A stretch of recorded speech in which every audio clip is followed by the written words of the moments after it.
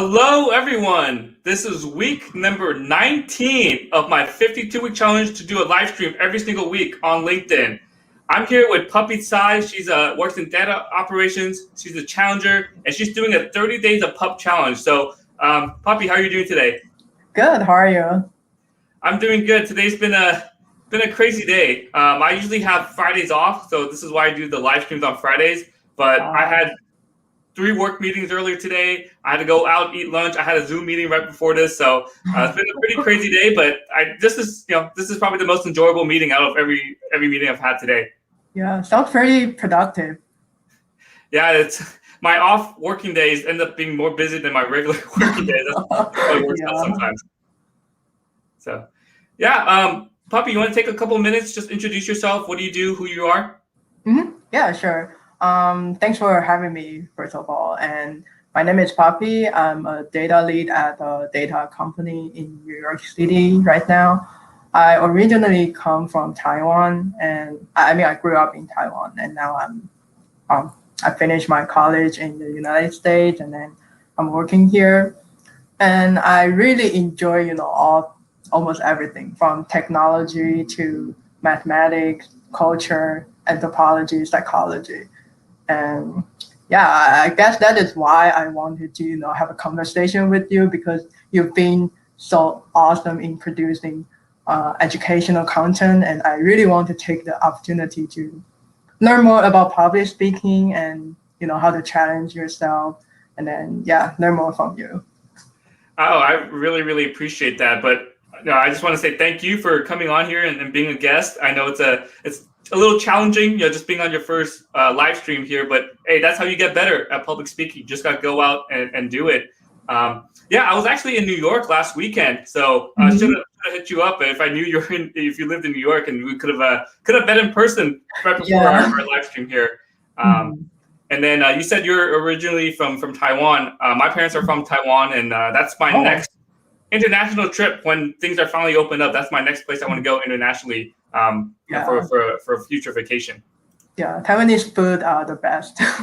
I agree. I've been there. Oh man, it's been like 8 years now.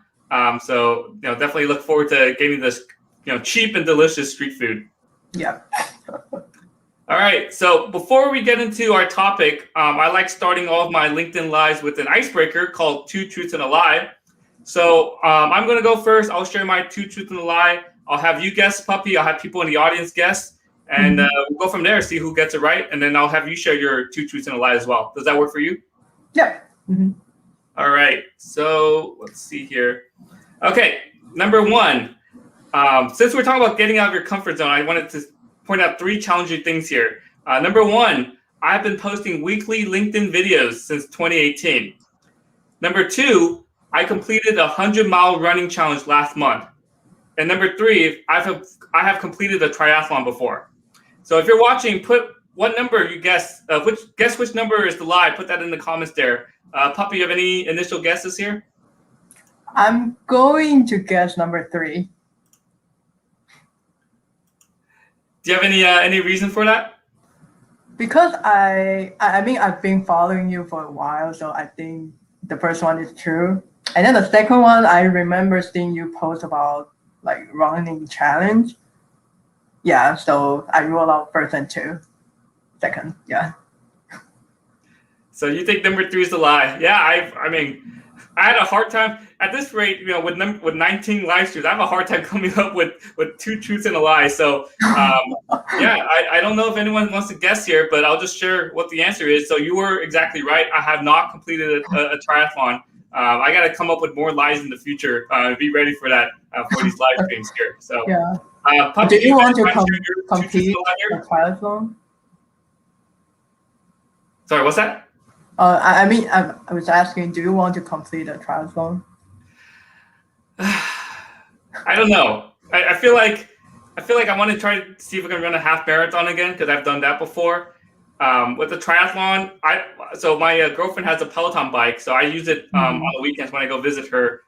So that's I think I have some interest in doing the biking stuff. The swimming, I don't know. That's a lot harder to train for. Yeah. All right, so I'll share your two truths and a lie here, and I'll let you share it with everyone. I am a sneakerhead. I have 2 cats. I have collected over 3,000 business cards. All right, so if you're watching, put in the comments which one's your guess on which one's the lie. Oh man, so these are very basic statements here. I feel like number 3 is true just because it seems the most out there, right? And it's so specific actually with the over 3,000 business cards. So I think that one's true. So I'm debating between number 1 and number 2 here. I'm trying to look at your room. I don't see any sneakers, but I don't see any cats either. So this is a 50-50 guess. I think I'm going to go with number 2. I think you maybe have cats, but not exactly 2. So which one is your lie? Actually, the first one. I was the sneakerhead, not anymore. So what happened, or what made you change your mind? I just don't have time, to cop sneakers anymore. So I sold all my collections and just, keep the ones I like and wear them.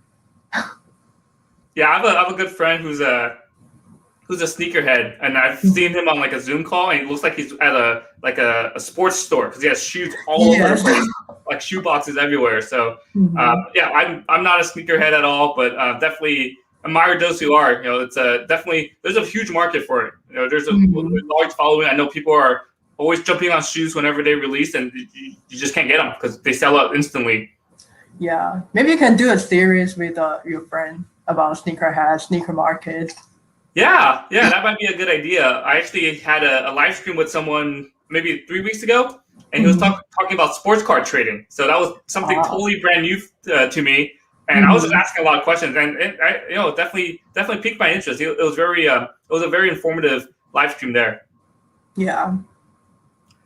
All right, so now we'll just get into our topic. We'll spend about maybe 10 minutes talking about EQ, which is emotional quotient, and then talk about getting out of your comfort zone. I think for both of us, we've challenged ourselves to do many different things, and we're able to achieve it. But the first step is definitely the hardest there. So let's just start with this first statement here. Puppy, in your mind, what is EQ? What does EQ mean to you? Yeah, so emotional quotient or emotional intelligence, I think it is something about having empathy and then know what to do and what to say at the right timing. And that requires, a lot of context. You have to know the context first, and then you have to know how to react, what kind of reaction is appropriate, what kind of, behavior or words choice is better. And yeah, I think that is my definition of EQ. I agree with you there. A lot of it, I like what you said about you have to know the context and be able to react to it. And in my opinion, EQ is important. I mean, it's important in everyday life, but I think it's even more important in the workplace, right? Because you're working with people every single day. You're talking to them throughout the day. And if you just make assumptions about someone or make assumptions about how they're feeling and you say something wrong, it just makes that working relationship really hard. And then it just just don't get things done. I think by getting the right amount of context will really, really help. Maybe you ask someone, hey, how are you feeling today? And just understand, why are they feeling sad? Why are they feeling happy? And understanding that. Another thing is, I'm a project manager, and I'm always faced with deadlines. I'm trying to get people to help and support me. If I just keep calling people saying, hey, why can't you work on this? Why can't you work on this? It shows poor EQ. Right? I don't understand what their situation is. So it's good to have those conversations and understand the whole context, like you said. And so you're able to say the right things or do the right things at the right time as well. Yeah. Also, it's kind of similar to soft skills as to, what recruiters and companies are looking for. I think EQ is take the majority part of soft skills. I agree. It's you can be the absolute smartest person that they can hire or smartest person in the room, but if you're not able to communicate with people or if you're not able to work with people, you just want to do things on your own and just hate talking to people. It just makes you very, very difficult to work with, right? And so you have to have that balance, right? You want to make sure someone has those soft skills that they can that they're easy to work with, that they have good communication skills. So then things can actually get done. Yeah.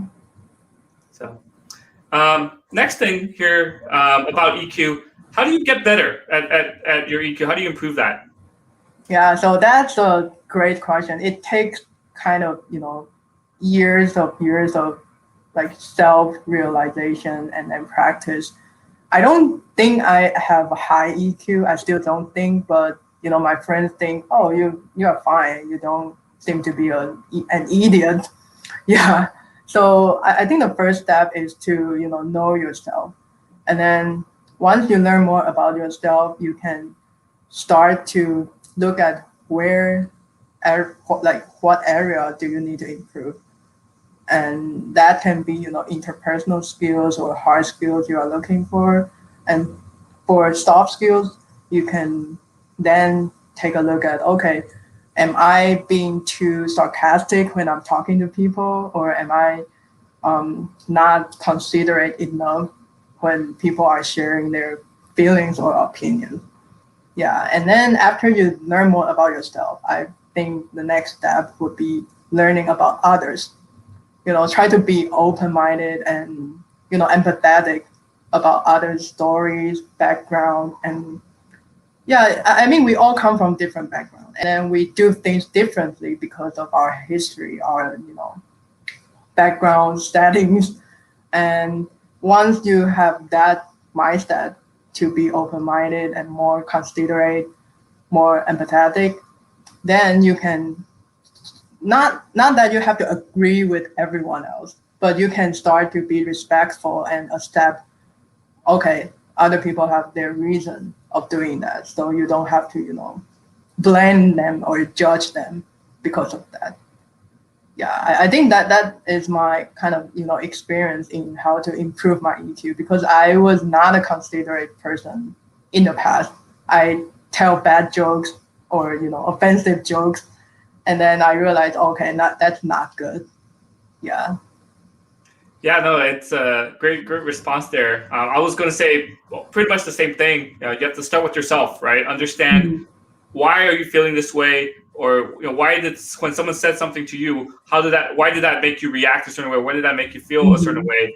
And then you said be able to be considerate about others. I think just before you say something or do something, just think in your head, how would this make me feel if someone said that to me? Right? And then you start by understanding yourself first. Maybe like, okay, let me take a step back. This is, whatever I'm going to say might be offensive, or, I might do something that I'm going to immediately regret. So I think just by slowing down, taking that deep breath before you take some major action, and think first before you actually do it, will help you develop that emotional quotient, right? So you don't always have to be go super fast. Definitely take that time to think and process all process all the context, process all the information, so you can make the right decision. Yeah. Okay, so next thing here, let's move on to our next topic about how to get out of your comfort zone. Puppy, I'll let you go first here. How do you get out of your comfort zone? What are some tips that you can share? Yeah, so actually I've been wanting to get out of comfort zone since I was in college, but there was no actual reason for me to do so. I was really comfortable with my own, friendship circle, and I hate socializing. I hate networking, so I just did nothing, and that's comfortable. But then, as time goes by, I realized, oh, I'm actually behind my peers because they were all doing networking. They were, getting referrals to get a job, and then they were forming bigger circles. And some of my classmates, they started companies together, and I realized, oh, I'm missing out something. But I didn't really take action until I graduated and have a job. I then realized, okay, I don't want to be comfortable anymore. It's so bored. It's just pure boredom. You don't have excitement in your daily life. So I then, started to talk to more people, and then I started to do more activities that I normally wouldn't do. For example, like a networking event, or yeah, I still don't like it because I feel like I'm an introvert. But then as I do more, I realize, okay, it's actually not that bad, because when I was in my comfort zone, I could spend 6 hours straight playing video games and doing nothing, and that's total waste of my time. So yeah, and how did I get out of it?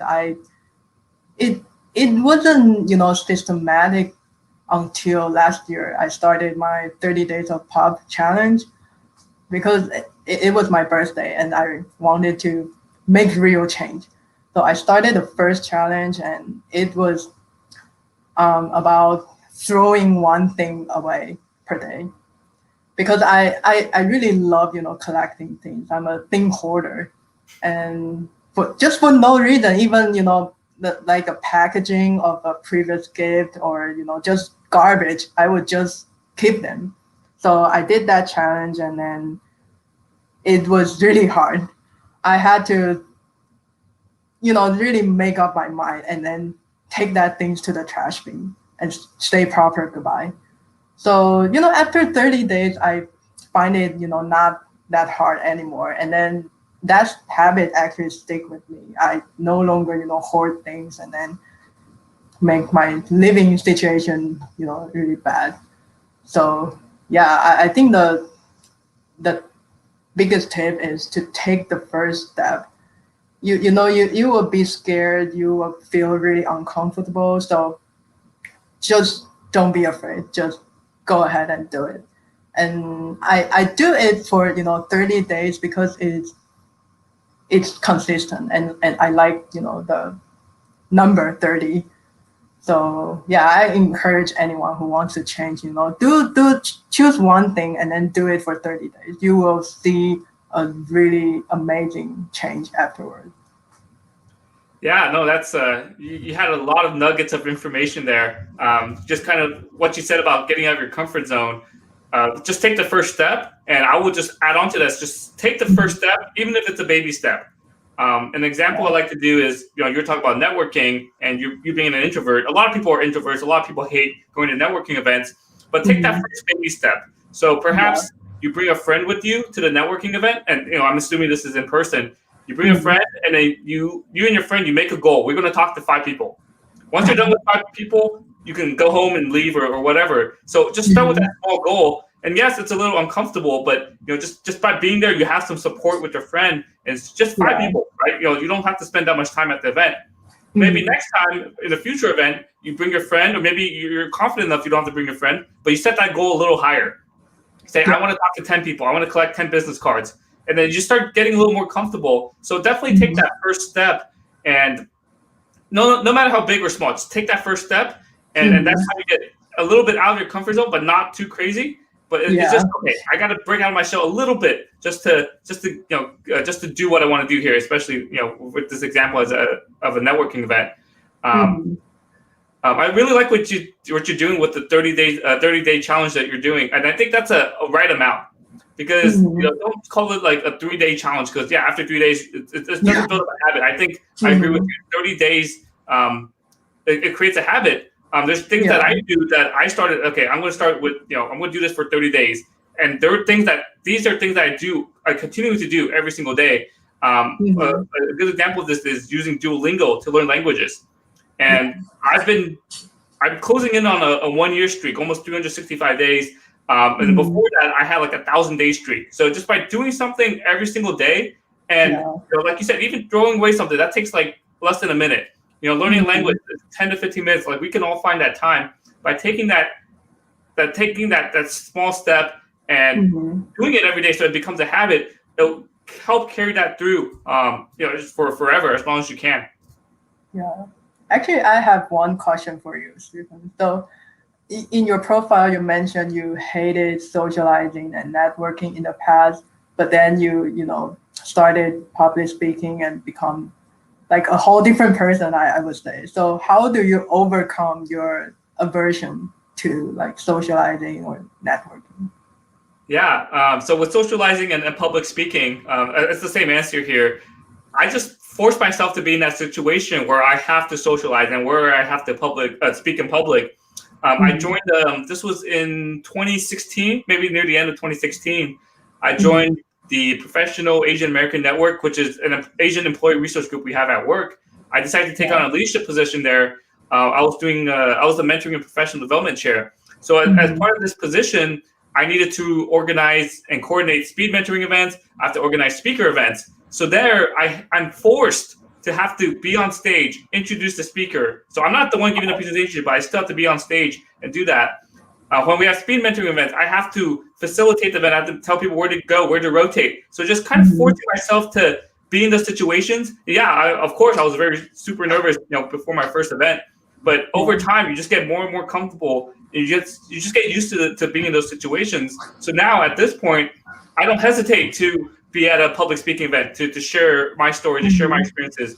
With these LinkedIn Lives, I don't get nervous at all. I'm just here, and I have a different guest every week. So I think just by forcing yourself to be in that situation where, and I would even say in a low risk situation, it just makes it a lot more easier. I think that the question you asked me, a lot of college students ask me that, hey, how do you get better at public speaking? And I just say, hey, give presentations, right? Yeah. Give presentations to your classmates, give presentations in class, volunteer to be in front of the class and present, because it's low risk, right? You're not there for a job interview. You're not there trying to impress anyone. You just, it's a classroom, right? So it's a much more safer, low risk area to get out of your comfort zone. And then as you keep doing that more and more, you get more and more comfortable as well. Yeah, great too. Yeah, no, it's thanks for asking that.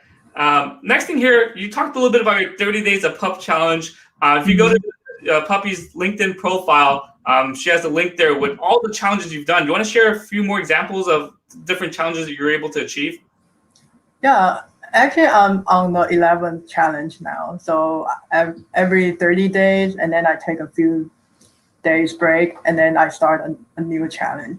So, I mean, at first, I do have, specific goals, what I want to achieve. But then I think in the last 3 challenges, it becomes more of, content creation. So it's not really I want to be an influencer or a content creator, but I want to force myself to stay stretched, to have, something new produced every day. Because I think it sounds kind of contradictory. It's like I'm getting into a new comfort zone by getting out of comfort zone.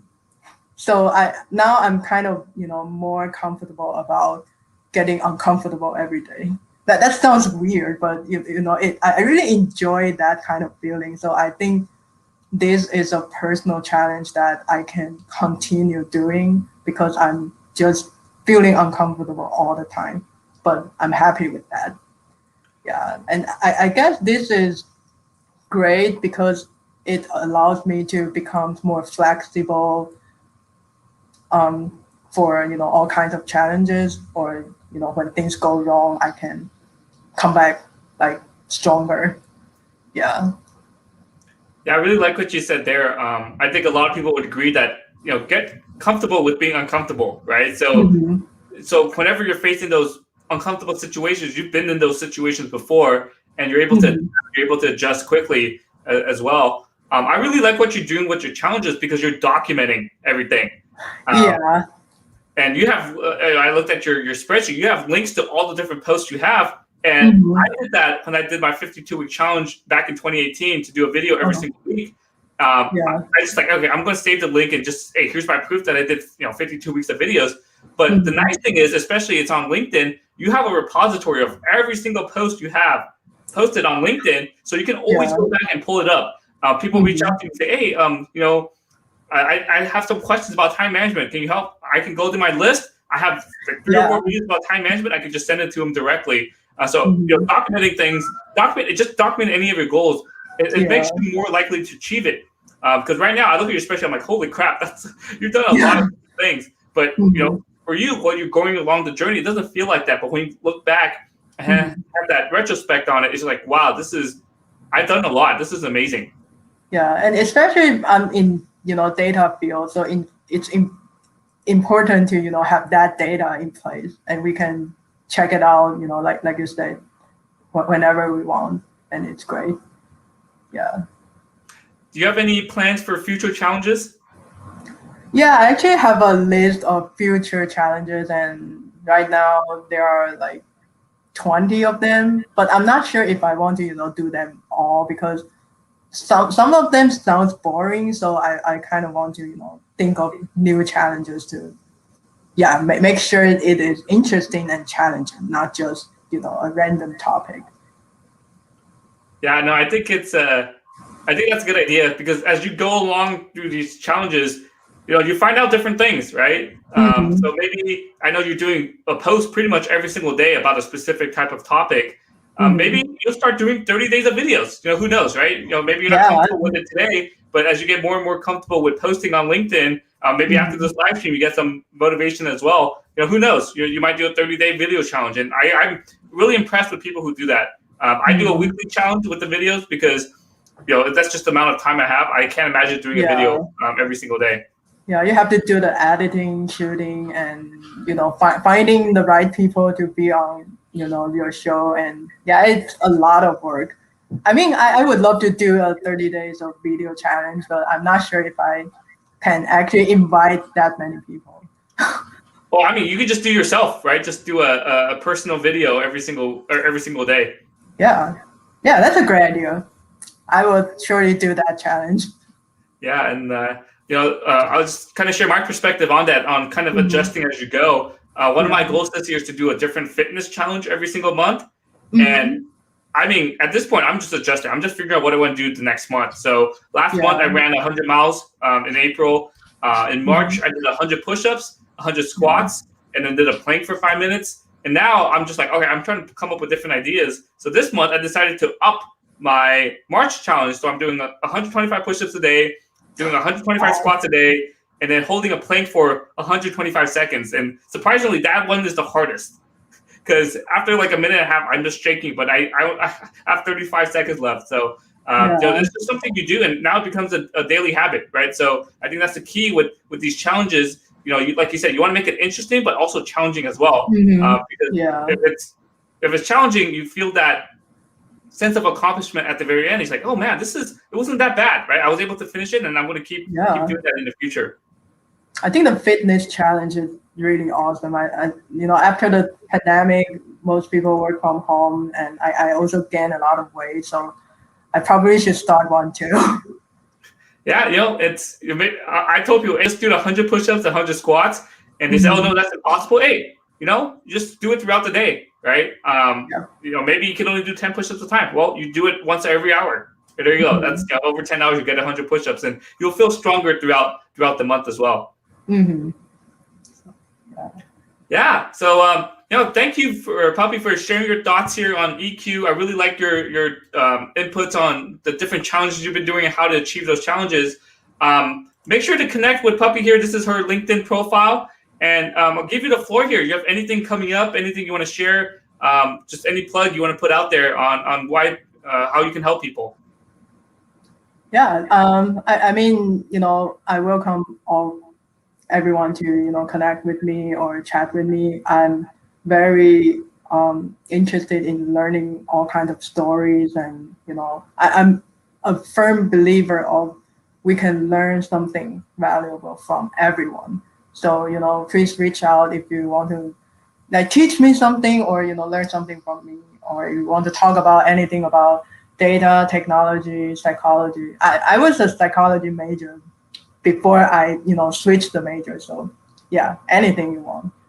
And thank you, Stephen, for inviting me. It's really really meaningful. It's my first time having a live event, and without you, I don't think I can do as good. And yeah, just thank you so much for this opportunity. No, I really, really appreciate that. That means I'm doing a good job as a LinkedIn Live host here. So, yeah, make sure to connect with Puppy here. Send her a message. She can talk about a lot of different topics here. So make sure to connect with her.